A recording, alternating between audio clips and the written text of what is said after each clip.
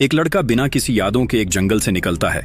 ना नाम, ना घर, ना कोई पहचान। लेकिन सबसे अजीब बात यह है कि उसके पेट पर नाभि तक नहीं है और ये सोता भी नहीं है। लड़का कौन है? क्या ये किसी एक्सपेरिमेंट का हिस्सा है या फिर कोई ऐसी मिस्ट्री जो दुनिया से छुपी हुई थी? आज हम लेकर आए हैं एक जबरदस्त साइंस फिक्शन मिस्ट्री जो हर एपिसोड के साथ और भी इंटरेस्टिंग होती जाती है। कहानी शुरू होती है। बिना कपड़ों के एक लड़का अजीब से लिक्विड में लथपथ जंगल के बीच पड़ा है। पहली नजर में लगता है जैसे किसी कॉलेज के लड़कों का मजाक का हिस्सा हो, लेकिन सच कुछ और ही है। लड़का न सिर्फ ये भूल चुका है कि वो कौन है, बल्कि ये भी नहीं जानता कि वो कहाँ है। कुछ देर भटकने के बाद वो शहर की तरफ बढ़ता है। शायद वहां कोई उसकी मदद कर सके, लेकिन एक बड़ी दिक्कत है। वो बिल्कुल नंगा है। उसकी आंखों में हर चीज नई दिख रही है, जैसे सब कुछ पहली बार देख रहा हो। लोगों को हैरान करते हुए वो आगे बढ़ता है, लेकिन कुछ ही देर में पुलिस आ जाती है। उसे गिरफ्तार कर डिटेंशन सेंटर ले जाया जाता है, सड़क पर बिना कपड़ों के घूमने और लोगों को अश्लीलता दिखाने के जुर्म में। अब ना वो लड़का अपना नाम जानता है और ना ही पुलिस की बातें समझ पा रहा है। ऑफिसर्स उसका एक नाम रख देते हैं, काइल। काइल को मेडिकल चेकअप के लिए ले जाया जाता है। पूरी जांच के दौरान दो अजीब बातें सामने आती हैं। पहली, उसका शरीर एकदम परफेक्ट है, ना कोई झुर्री है और ना कोई पिंपल। दूसरी सबसे बड़ी बात, उसके पेट पर नाभि नहीं है। ये देखकर ड्यूटी पर मौजूद डॉक्टर भी चौंक जाता है। जब तक उसके टेस्ट रिपोर्ट्स आती हैं, काइल को डाइनिंग हॉल भेज दिया जाता है। वहां वो दूसरे लड़कों को खाते हुए देखता है और उनकी नकल करने की कोशिश करता है, जैसे उसे खाने के बारे में कुछ भी नहीं पता। वो एक लड़के की नकल करता है, लेकिन इससे वो लड़का गुस्सा हो जाता है। उसे लगता है कि काइल उसका मजाक उड़ा रहा है। गुस्सा इतना बढ़ जाता है कि दोनों के बीच झगड़ा हो जाता है। बाद में जब सब लड़के यार्ड में होते हैं, वही लड़का काइल के मुंह पर जोर से मुक्का मार देता है। काइल गिर जाता है और कुछ ही देर बाद उसकी पैंट गीली हो जाती है। उसके अजीब बिहेवियर को देखकर गार्ड समझ नहीं पाते कि क्या करें। वो सेंटर की साइकाइट्रिस्ट निकोल को बुलाते हैं, जो काइल से सवाल करेगी और ये समझने की कोशिश करेगी कि उसके साथ आखिर हो क्या रहा है। वो एक अजीब लड़का है, लेकिन बिल्कुल मासूम। उसे ना दुनिया के तरीके पता है, ना लोगों के रीति रिवाज, लेकिन जो भी करता है उसमें एक नेचुरल टैलेंट दिखता है। निकोल उससे कुछ ड्रॉ करने के लिए कहती है और काइल जैसे कोई प्रिंटर एकदम परफेक्ट स्केच बना देता है दो लोगों का जो उसने जंगल में देखा था, एक दूसरे के बहुत करीब। वो शायद लवर्स थे जो अकेले रहना चाहते थे। काइल का बिहेवियर बिल्कुल शांत है, कोई एग्रेशन नहीं दिख रहा। इसीलिए निकोल उसे अपने घर ले जाने का फैसला करती है, ताकि वहां कुछ और टेस्ट्स करके ये समझ सके कि उसके साथ आखिर क्या हुआ है।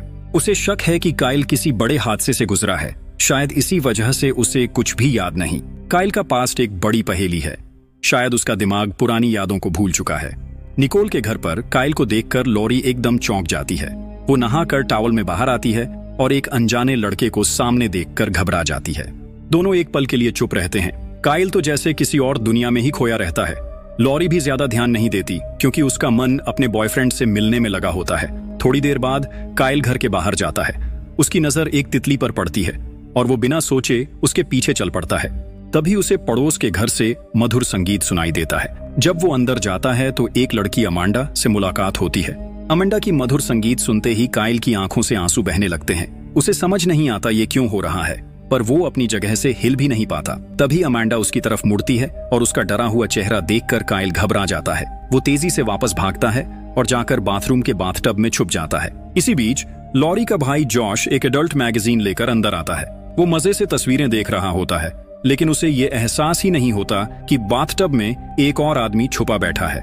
जैसे ही जॉश की नजर काइल पर पड़ती है, वो जोर से चिल्लाता है और सीधा अपनी माँ के पास भाग जाता है, लेकिन भागने की जल्दी में वो मैगजीन वहीं छोड़ देता है।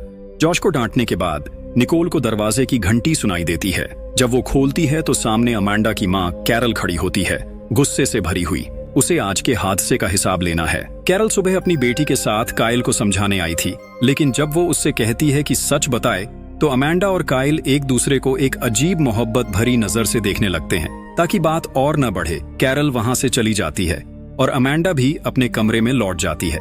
उसी रात जब स्टीफन वापस आता है तो निकोल उससे काइल से मिलवाती है और बताती है कि ये कुछ दिन यहाँ रुकने वाला है। रात के खाने के दौरान एक अजीब लेकिन हैरान करने वाली बात होती है। काइल पहली बार बोलता है, पर जो शब्द उसके मुंह से निकलते हैं वो काफी बदतमीजी से भरे होते हैं, बिल्कुल वैसे ही जो उसने डिटेंशन सेंटर के लड़कों से सुने थे। फिर बिना सोचे समझे वो वही बातें दोहराने लगता है जो लॉरी अपने बॉयफ्रेंड से फोन पर कह रही थी। पूरे घर में सन्नाटा छा जाता है और सबको एक झटका लगता है जब पता चलता है कि लॉरी अपने बॉयफ्रेंड के साथ भागने वाली थी, वो भी बिना माँ बाप की मर्जी के। निकोल के दोनों बच्चों का गुस्सा काइल पर अभी भी बरकरार था, लेकिन रात बिना किसी और हादसे के खत्म हो गई। अगली सुबह निकोल काइल को अपने ऑफिस ले जाती है ताकि उसकी काउंसलिंग जारी रख सके।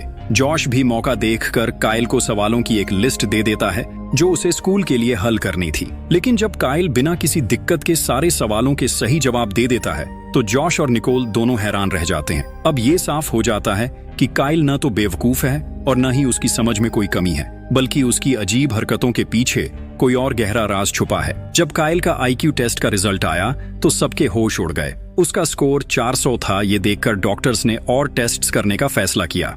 जब उन्होंने काइल का MRI स्कैन किया तो पता चला कि उसका दिमाग इंसानों से कई गुना ज्यादा डेवलप हो चुका है। उसकी ब्रेन एक्टिविटी इतनी तेज थी कि या तो वो एक एलियन हो सकता था या एक इंसानी रोबोट। रात को निकोल काइल को वापस घर ले आई और जॉश के साथ रूम शेयर करने को कहा। जॉश को यह बिल्कुल पसंद नहीं आया, लेकिन कंप्लेन करता तो उसका अपना पनिशमेंट और बढ़ जाता।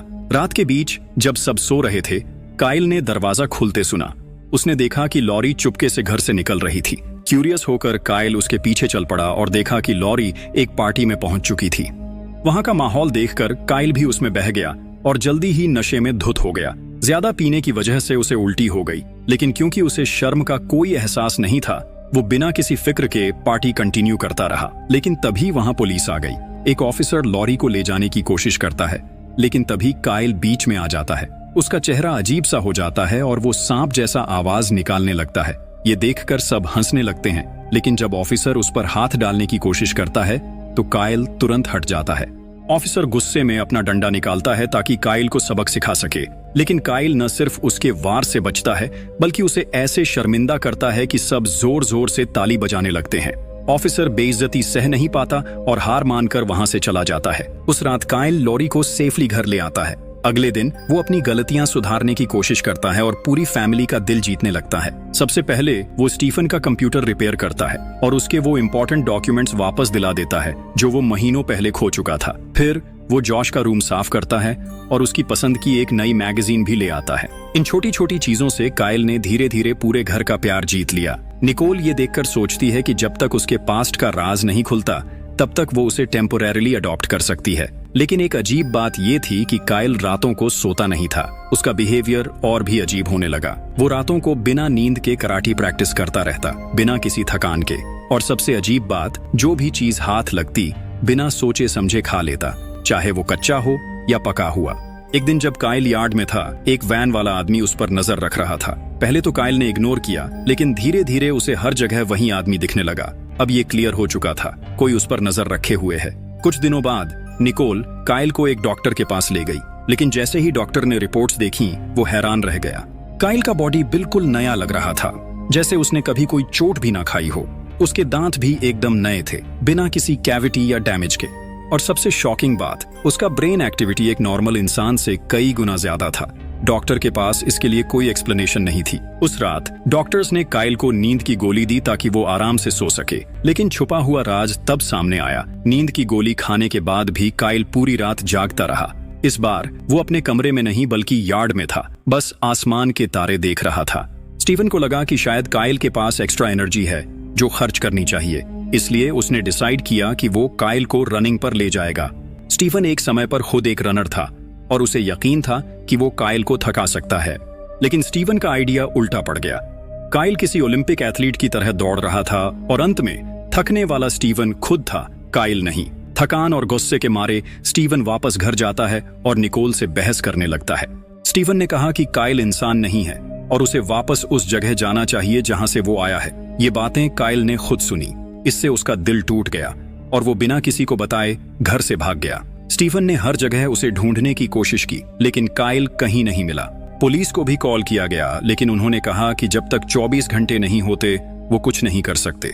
रात को निकोल को अपने बेड के पास वाली टेबल पर काइल के बनाए कुछ ड्राइंग्स मिली। उनमें एक जगह बनी थी जिसे निकोल पहचानती थी। बिना वक्त गवाए स्टीफन और निकोल टॉर्चेस लेकर वुड्स की तरफ निकल पड़े। आखिरकार उन्हें काइल वहीं मिल गया, वही जगह, वही तरीका, बस तारे देखते हुए खड़ा था, जैसे अपने घर को याद कर रहा हो। घर वापस आने के बाद स्टीफन ने अपनी गलती मानी और काइल से माफी मांगी। उसने उसे गर्म पानी से नहाने का प्रस्ताव दिया। वहीं जब काइल ने पहली बार रेडियो सुना, उसके सिग्नल्स के बीच आने वाली व्हाइट नॉइज ने उसे शांत महसूस करवाया और उस रात पहली बार इतने दिन बाद काइल को नींद आ गई। अगले दिन कहानी एक नए मोड़ पर आ जाती है। पुलिस का एक फोन आता है निकोल के लिए। उनका कहना था कि उस जगह के पास जहां काइल मिला था, एक इंसानी ढांचा पाया गया है। ये सुनकर निकोल चौंक जाती है। पुलिस का कहना था कि काइल एक कातिल भी हो सकता है, इसलिए उससे संभल कर रहने की जरूरत है। एजेंट टेलर ने निकोल को बताया कि जो हड्डियां मिली हैं, उनमें किसी तेजी से जलने वाले पदार्थ का इस्तेमाल हुआ है, मतलब मौत रीसेंट है। साथ ही कुछ स्किन सैंपल्स भी मिले हैं जिन्हें एनालाइज किया जा रहा है। टेलर काइल से तुरंत सवाल जवाब करना चाहता था, लेकिन निकोल किसी तरह बात टाल देती है, कम से कम तब तक जब तक काइल उठ नहीं जाता। अगली सुबह जैसे ही काइल उठता है, वो टीवी देखने की कोशिश करता है, लेकिन एंटेना खराब होती है। बिना किसी देरी के वो सीधे छत पर चढ़ जाता है और एंटेना को रिपेयर कर देता है। लेकिन जैसे ही वो नीचे आने लगता है, वो छत से कूद जाता है और ये सब कुछ अमंडा अपनी आंखों से देख लेती है। अमंडा ये सब देखकर घबरा जाती है। वो सोचती है कि काइल छत से गिरकर चोटिल हो गया होगा, इसलिए उसका ध्यान भटक जाता है और उसकी कार कंट्रोल से बाहर हो जाती है। गाड़ी सीधा जाकर कचरे के बड़े डिब्बे से टकरा जाती है। तभी काइल बिना किसी चोट के उसके सामने आ जाता है। अमांडा ये देखकर और भी ज्यादा हैरान हो जाती है, क्योंकि उसने अपनी आंखों से देखा था कि काइल काफी ऊंची जगह से गिरा था, लेकिन उस पर एक भी खरोंच नहीं थी। कैरल, जो पहले ही काइल को पसंद नहीं करती थी, गुस्से में आ जाती है। उसके लिए गाड़ी का डैमेज ज्यादा बड़ी बात थी। गुस्से से वो अमांडा को धमकाती है कि उसका ड्राइविंग लाइसेंस वापस ले लेगी, लेकिन तभी काइल आगे बढ़कर सारी गलती अपने सर ले लेता है। ये देखकर कैरल और भी ज्यादा गुस्से में आ जाती है और चीख पड़ती है, मेरी बेटी से दूर रहो। उसी रात स्टीफन घर लौटता है और निकोल से अकेले बात करने को कहता है। वो बताता है कि पुलिस ने एक और चौंकाने वाली बात बताई है। जिस दिन काइल मिला था, उसी दिन एक आदमी भी लापता हो गया था। अब निकोल और स्टीफन और ज्यादा बेचैन हो जाते हैं, लेकिन जो भी हो, उन्हें ये नहीं पता कि उनकी सारी बातें एक और इंसान सुन रहा है। वही आदमी जो दिन भर काइल का पीछा कर रहा था। वो एक रिमोट माइक्रोफोन के जरिए उनका पूरा कॉन्वर्सेशन सुन रहा था। अगले दिन सुबह निकोल जब लड़कों का रूम साफ कर रही होती है, तो उसे काइल के बनाए हुए कुछ ड्राइंग्स मिलते हैं। इन ड्राइंग्स में एक पैटर्न होता है। जब वो उन्हें ध्यान से देखती है और साथ में जोड़ती है, तो उसे एक सिंबल दिखाई देता है, वही सिंबल जो क्राइम सीन पर मिला था। अब ये कंफर्म हो जाता है कि काइल वहां मौजूद था और हो सकता है कि उसका कोई कनेक्शन हो। दूसरी तरफ अमांडा ने लाइफगार्ड की नौकरी ले ली है। काइल, जो उसे पसंद करने लगा है, उसका ध्यान खींचने के लिए स्विमिंग पूल में जंप करने का प्लान बनाता है ताकि अमांडा उसे बचा सके, लेकिन छोटी सी गड़बड़ हो जाती है। लोग उस पर हंसने लगते हैं। उसका प्लान एक बड़े शर्मिंदगी में बदल जाता है। उसी दिन शाम को अमांडा निकोल के घर आती है ये देखने के लिए कि क्या काइल ठीक है। निकोल उसे अंदर आने देती है, लेकिन जब अमांडा उसके रूम में जाती है तो पता चलता है कि काइल वहां नहीं है। उसी वक्त अमांडा को काइल के सारे ड्रॉइंग्स दिख जाते हैं जो उसने उसके बनाए थे। ये देखकर उसे लगता है कि काइल उससे कुछ ज्यादा ही ऑब्सेस्ड है। लेकिन अगले दिन अमांडा फिर से काइल को पूल में देखती है।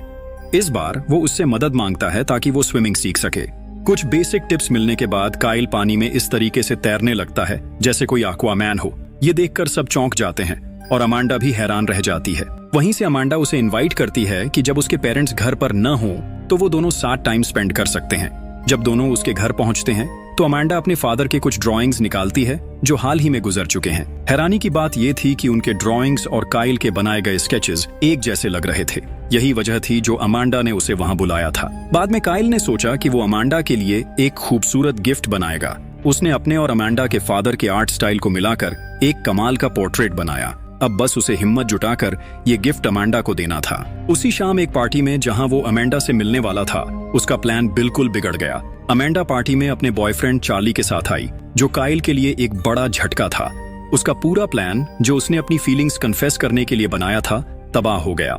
उस रात घर वापस आकर काइल बहुत उदास था। वो बस एक ही चीज सोच रहा था, वो कौन है, क्यों उसकी यादों में सिर्फ वो जंगल और तारे हैं। अगले दिन निकोल ने उसे बताया कि उसने एक दोस्त को बुलाया है जो हिप्नोसिस के जरिए उसकी यादों को जानने की कोशिश करेगा। काइल इस बात पर तैयार हो गया और सेशन शुरू हो गया। हिप्नोसिस के दौरान काइल अपने दिमाग में उस रात के जंगल के सीन में वापस पहुंच जाता है। वहां वो वही आदमी देखता है जो हमेशा उसका पीछा कर रहा था। ये आदमी किसी दूसरे शख्स से लड़ रहा था। फिर अचानक वो आदमी उस दूसरे आदमी पर गोलियां चला देता है और भाग जाता है। तभी काइल उसका नाम पुकारता है। Tom Foss. ये नाम सुनते ही निकोल का दिमाग घूम जाता है। उसे याद आता है कि जब वो पुलिस स्टेशन गई थी तब उसने ये नाम सुना था। टॉम एक नया ऑफिसर है जो कुछ ही दिन पहले इस शहर में आया है।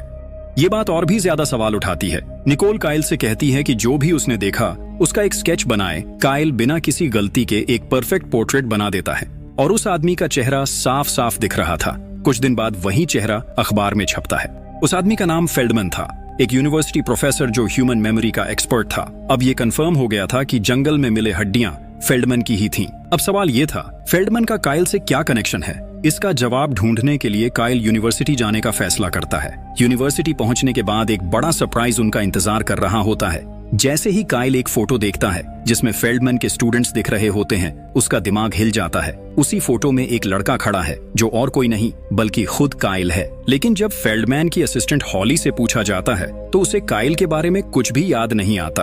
वो कहती है कि उसने सालों तक प्रोफेसर के साथ काम किया है लेकिन उसने कभी भी काइल को नहीं देखा। काइल उसे फोटो दिखाता है। हॉली थोड़ी कंफ्यूज्ड लगती है लेकिन फिर भी वो मान जाती है कि काइल के साथ कुछ मेमोरी टेस्ट्स किए जाएं।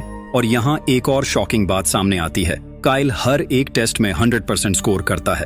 हॉली हैरान रह जाती है, ऐसा पहली बार हुआ था। एक्साइटमेंट में वो बताती है कि फेल्डमैन की रिसर्च इंसानी दिमाग की लिमिट्स को तोड़ने के बारे में थी।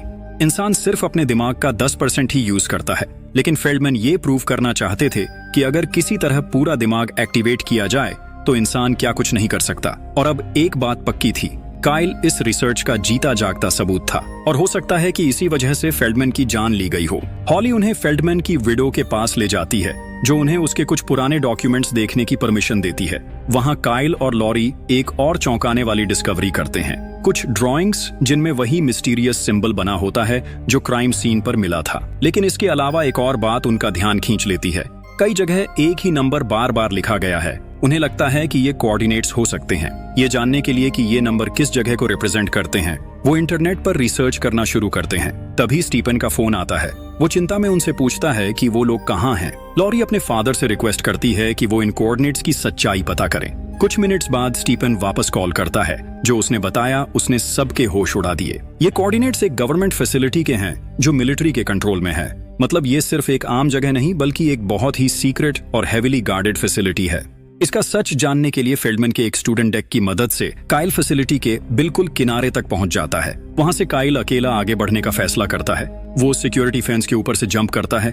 एक मास्क पहना आदमी उस पर अटैक कर देता है, लेकिन यहाँ उसके रातों की कराटे प्रैक्टिस काम आती है। काइल अपना डिफेंस करता है और उस आदमी का मास्क उतार देता है। जो चेहरा सामने आता है वो उसके होश उड़ा देता है। ये वही आदमी है जिसे उसने पहले भी देखा था। काइल को याद आता है कि यही आदमी उस रात वहां था जब गोलियां चली थीं। लेकिन टॉम फॉस जो सबको एक आम आदमी लग रहा था असल में कुछ और ही था। वो काइल से कहता है, अगर तुम जिंदा रहना चाहते हो तो भरोसा रखो। टॉम फॉस कोई आम इंसान नहीं है। वो वार्न करता है, अगर काइल अपने पास्ट के बारे में ज्यादा जानने की कोशिश करेगा तो उसकी नए परिवार की जान खतरे में आ सकती है। हर कदम जो तुम सच्चाई जानने के लिए उठाओगे वो तुम्हारे अपनों के लिए मौत का बुलावा बन सकता है। जाने से पहले टॉम फॉस एक आखिरी वार्निंग देता है, अगर तुमने अपनी तलाश नहीं छोड़ी तो वो लोग तुम्हारे पूरे परिवार को खत्म कर देंगे। उस मोमेंट पर काइल डिसाइड करता है कि उसे टॉम की बात मान लेनी चाहिए। वो तुरंत वहां से भाग जाता है, अपनी तलाश को यहीं रोकने का फैसला करते हुए। लेकिन अब बहुत देर हो चुकी थी। गवर्नमेंट स्टेशन के कैमरास ने काइल को देख लिया था और एक एजेंट ने उसका जिक्र एक्स प्रोजेक्ट के नाम से किया। जैसे ही निकोल घर लौटी उसने तुरंत काइल को हॉस्पिटल ले जाने का फैसला किया ताकि उसकी चोटों का इलाज हो सके। लेकिन हॉस्पिटल पहुंचते ही एक अनजान कपल वहां आता है जो दावा करता है कि वो काइल के असली माँ बाप हैं। वो लोग कहते हैं कि वो अपने बेटे को लेने आए हैं। उनके पास तस्वीरें, डॉक्यूमेंट्स और सबूत हैं जो ये साबित करते हैं कि वो सच में काइल के बायोलॉजिकल पेरेंट्स हैं। डीएनए टेस्ट भी कंफर्म करता है कि काइल उन्हीं का बेटा है। लेकिन काइल को कुछ सही नहीं लग रहा। वो निकोल और अपने नए परिवार को छोड़ने से इनकार कर देता है। उसी रात काइल टॉम फॉस के पास जाता है। वो उससे सच जानना चाहता है, ये लोग यहीं अभी क्यों आए? और सबसे बड़ा सवाल, क्या यही वो लोग हैं जिनके बारे में टॉम ने वार्न किया था? टॉम घुमा फिरा के बात नहीं करता। वो सीधा काइल को एक सच बताता है, हाँ ये लोग वही हैं। ये लोग डीएनए एविडेंस को आसानी से मैनिपुलेट कर सकते हैं। पर टॉम ये भी कहता है कि अगर काइल सच्चाई जानना चाहता है तो उसे एक सुरक्षित जगह चलना होगा। लेकिन जैसे ही वो बात कर रहे होते हैं एक तेज आवाज गन शॉट की सुनाई देती है। काइल तेज रिफ्लेक्सेस से गोली से बच जाता है, लेकिन वो सीधा टॉम के कंधे में लगती है। अब दोनों को तुरंत वहां से भागना होगा। एक स्नाइपर उन पर बार बार गोली चला रहा है। कहीं मुश्किल से बचते बचाते वो एक सुरक्षित जगह पहुंचते हैं। वहां टॉम फाइनली काइल को पूरी सच्चाई बताता है, लेकिन सस्पेंस बनाए रखने के लिए हमें अभी कुछ भी नहीं पता चलता। अगली सुबह काइल वापस घर लौटता है। वो अपने सो कॉल्ड बायोलॉजिकल पेरेंट्स से मिलता है और कुछ अजीब कह देता है। वो कहता है, मुझे सब याद आ गया है, अब मुझे पता है कि तुम लोग सच बोल रहे हो। और सबको शॉक करते हुए वो कहता है कि वो उनके साथ घर जाने को तैयार है। काइल अपनी अडॉप्टिव फैमिली से अलविदा कहता है और अपने बायोलॉजिकल पेरेंट्स के साथ चला जाता है, लेकिन जल्द ही सच सामने आता है। ये लोग असल में एक्टर्स हैं जिन्हें टॉम ने हायर किया था। अब वो लोग एक सीक्रेट ऑपरेशन सेंटर की तरफ जा रहे हैं, जहां काइल को पूरी सच्चाई पता चलने वाली है। वहां उसकी मुलाकात एडम से होती है, जो एक बड़ा खुलासा करता है, तुम असल में एक क्लोन हो। काइल शॉक हो जाता है। एडम समझाता है कि प्रोफेसर फेल्डमैन ने एक ऐसी टेक्नोलॉजी डेवलप की थी जो इंसानों की कैपेबिलिटीज बढ़ाने के लिए थी, लेकिन उसने ये टेक्नोलॉजी गवर्नमेंट को बेच दी और इसी वजह से अब ये एक जंग बन चुकी है। फिर एडम एक और बड़ी सच्चाई बताता है, काइल उसी का क्लोन है। एडम एक बिलियनियर है जो हमेशा जिंदा रहने का तरीका ढूंढ रहा था और चाहता था कि ह्यूमैनिटी अपनी लिमिट्स को पार करे, लेकिन अब उसकी लड़ाई गवर्नमेंट के साथ हो रही है। और सबसे बड़ा झटका, काइल सिर्फ अकेला एक्सपेरिमेंट नहीं है। उसका फादर प्रोजेक्ट XX अभी गवर्नमेंट के कब्जे में है और उसका गैस स्टेशन स्टेज कंप्लीट होने वाला है। अब और भी ज्यादा परफेक्टेड क्लोन्स तैयार हो रहे हैं जो टेक्नोलॉजी पर कब्जा करने के लिए एक जंग शुरू करने वाले हैं। इस सब के बीच काइल को एक नए मिशन पर भेजा जा रहा है। अब वो एडम के ऑर्डर्स के नीचे एक टीम का लीडर बन चुका है और इसी के साथ ये पहला सीजन खत्म होता है।